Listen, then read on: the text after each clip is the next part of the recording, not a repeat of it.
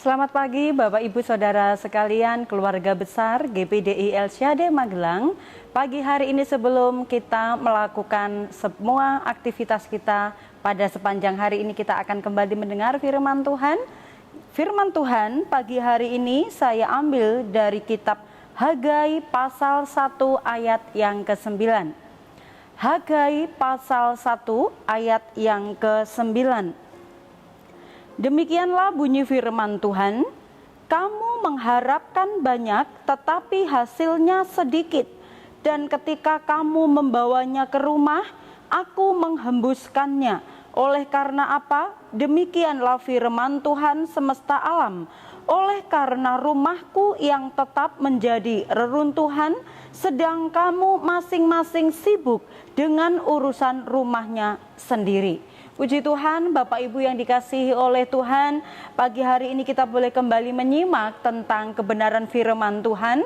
Bagaimanakah umat-umat Israel pada waktu itu mereka melakukan segala sesuatu, melakukan pekerjaan, tetapi semua yang mereka kerjakan itu hasilnya nihil. Mereka tidak dapat menikmati berkat Tuhan. Mereka tidak dapat menikmati hasil dari apa yang mereka kerjakan. Nah, melalui pembacaan ini, Bapak Ibu yang dikasihi Tuhan, ada sebab akibat yang dialami oleh umat Israel di mana mereka sudah bekerja keras, mereka sudah berusaha keras, tetapi mereka tidak dapat menikmati hasil dari apa yang mereka kerjakan. Apa yang menjadi penyebab sehingga mereka tidak dapat menikmati dari apa yang mereka kerjakan? Di sana dikatakan, mereka membiarkan rumah Tuhan tetap sebagai reruntuhan. Kemudian mereka sibuk dengan urusannya sendiri. Oleh sebab itu Tuhan berfirman kepada umat-umat Israel, bagaimanakah mereka supaya memperhatikan benar-benar mengapa mereka mengalami hal yang demikian, mengapa mereka tidak dapat menikmati dari semua hasil kerja keras mereka. Tuhan mau menunjukkan kepada mereka bahwa betapa pentingnya mereka memperhatikan kehidupan di hadapan Tuhan. Di ayat yang ke-6 dan ayat yang ke-10, maka di sana ada akibat dari apa yang mereka lakukan. Ketika mereka membiarkan rumah Tuhan tetap menjadi reruntuhan, mereka sibuk dengan urusan-urusan mereka sendiri, maka akibatnya di ayat 6 dan ayat yang ke-10, di sana dikatakan semua yang dikerjakan tidak menghasilkan seperti yang diharapkan oleh mereka, semuanya sia-sia. Di dalam pembacaan tersebut dikatakan mereka menabur banyak tetapi hasilnya sedikit. Mereka makan tetapi tidak menjadi kenyang.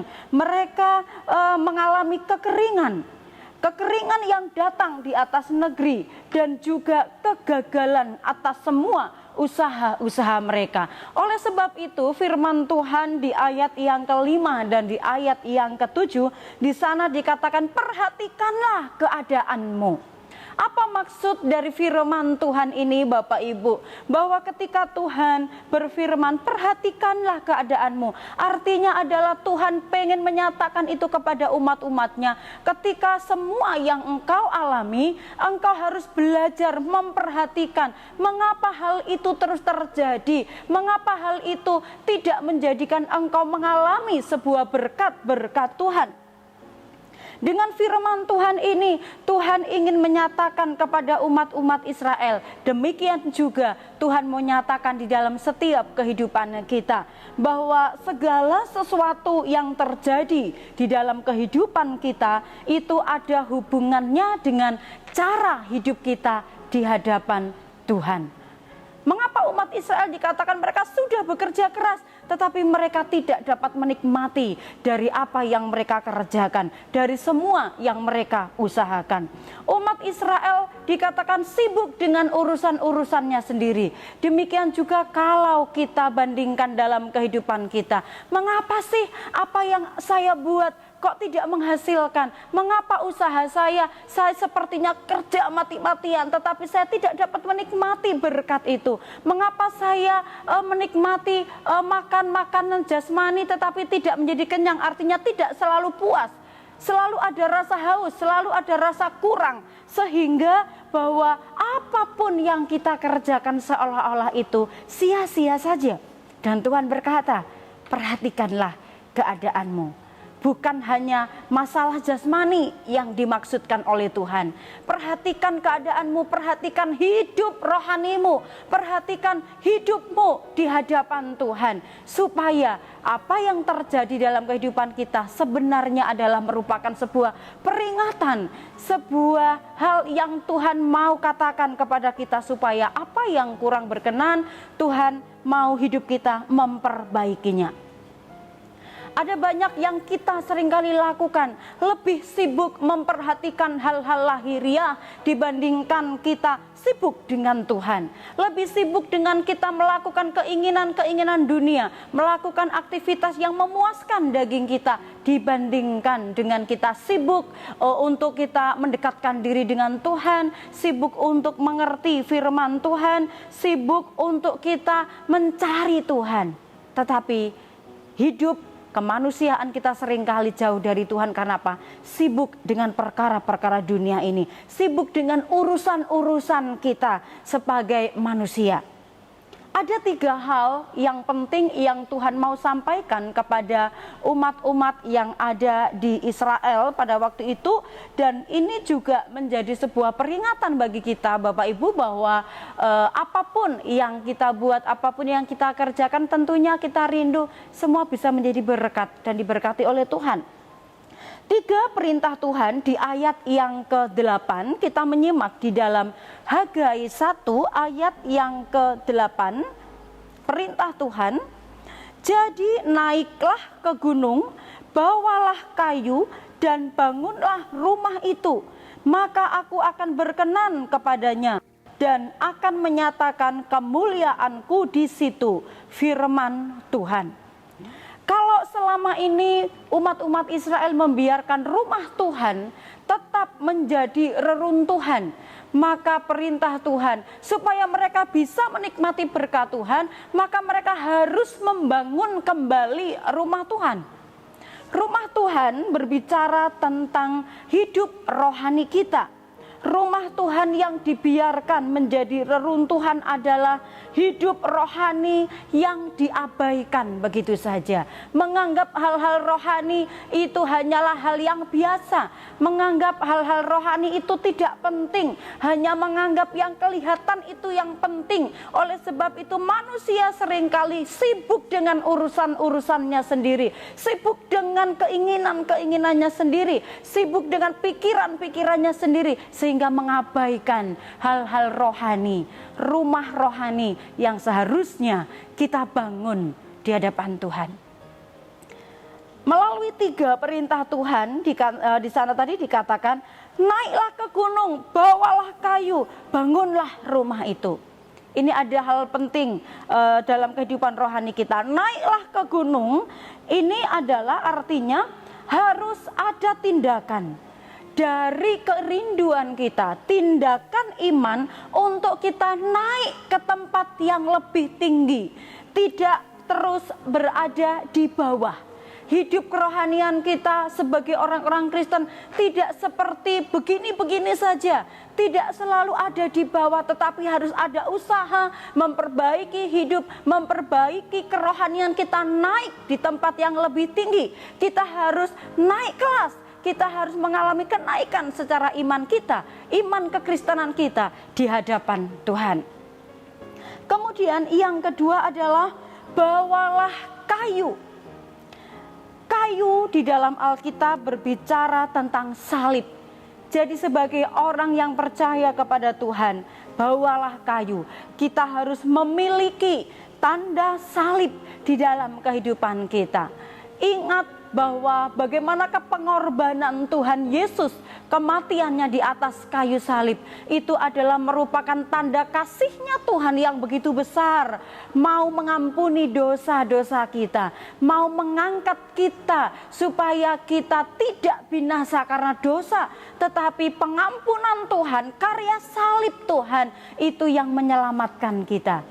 Jadi sebagai orang Kristen, sebagai orang yang ditebus oleh Tuhan, kita harus memiliki tanda salib itu. Kita harus membawa tanda salib itu untuk kita terus ingat bahwa kasih-Nya Tuhan yang menyelamatkan kita itu harus selalu nyata di dalam setiap kehidupan kita.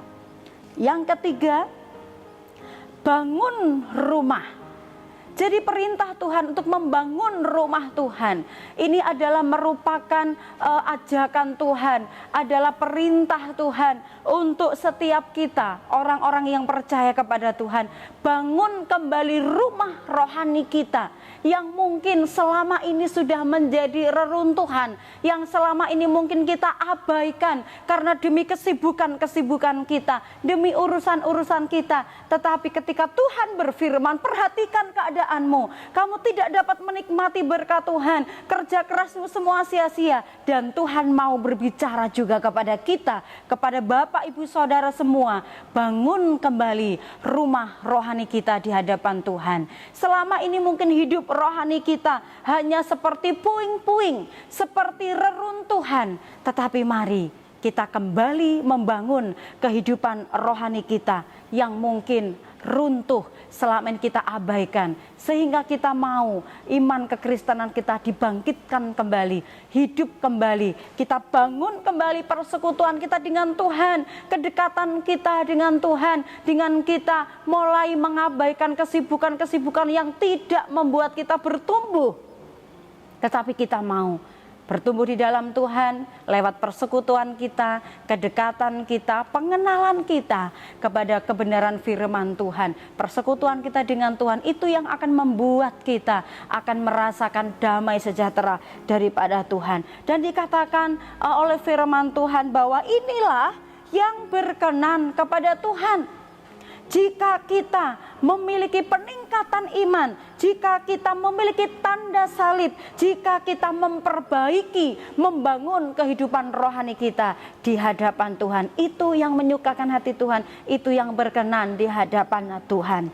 Umat Tuhan yang membangun kehidupan rohaninya, maka mereka pasti akan menikmati janji-janjinya Tuhan. Apa janji Tuhan itu? Di dalam Hagai 2 ayat yang ke-8 dan ayat yang ke-10, di sana dikatakan maka Tuhan akan memenuhi hidup dengan kemegahannya, dan Tuhan akan memberikan damai sejahtera, sehingga apapun yang kita lakukan Bapak Ibu semua menjadi berkat, dan hati kita terlebih lagi senantiasa dipenuhi dengan kemuliaannya Tuhan. Roma 14 ayat yang ke-19. Roma 14 ayat yang ke-19, di sana dikatakan, sebab itu marilah kita mengejar apa yang mendatangkan damai sejahtera dan yang berguna untuk saling membangun. Mengejar hal-hal rohani, mengejar hal-hal yang membangun iman kita, itu yang menjadi hal terpenting di dalam kehidupan kita. Mari Bapak Ibu kita terus bertumbuh di dalam Tuhan, dan apapun yang Bapak Ibu lakukan sepanjang hari ini, percaya jika engkau berjalan bersama dengan Tuhan, engkau diberkati Tuhan. Mari kita sama-sama berdoa. Kami bersyukur kepadamu ya Tuhan, buat setiap kebenaran firman-Mu yang Engkau berikan kepada kami, supaya kami memperhatikan keadaan rohani kami, agar apapun yang kami kerjakan, kami mempercayai Tuhan beserta dengan kami, supaya kami tidak hanya memperhatikan hal-hal lahiriah, tetapi kami memperhatikan hidup rohani kami, hidup yang berkenan di hadapan Tuhan. Terima kasih, pimpin kami, berkati kami di dalam setiap aktivitas kami sepanjang hari ini. Kami percaya Engkau yang menjadi sumber berkat kami senantiasa menyertai kami semua. Kami mengucap syukur, menyerahkan seluruh kehidupan kami sepanjang hari ini. Kami serahkan di dalam nama Tuhan Yesus Kristus. Haleluya, puji Tuhan. Amin.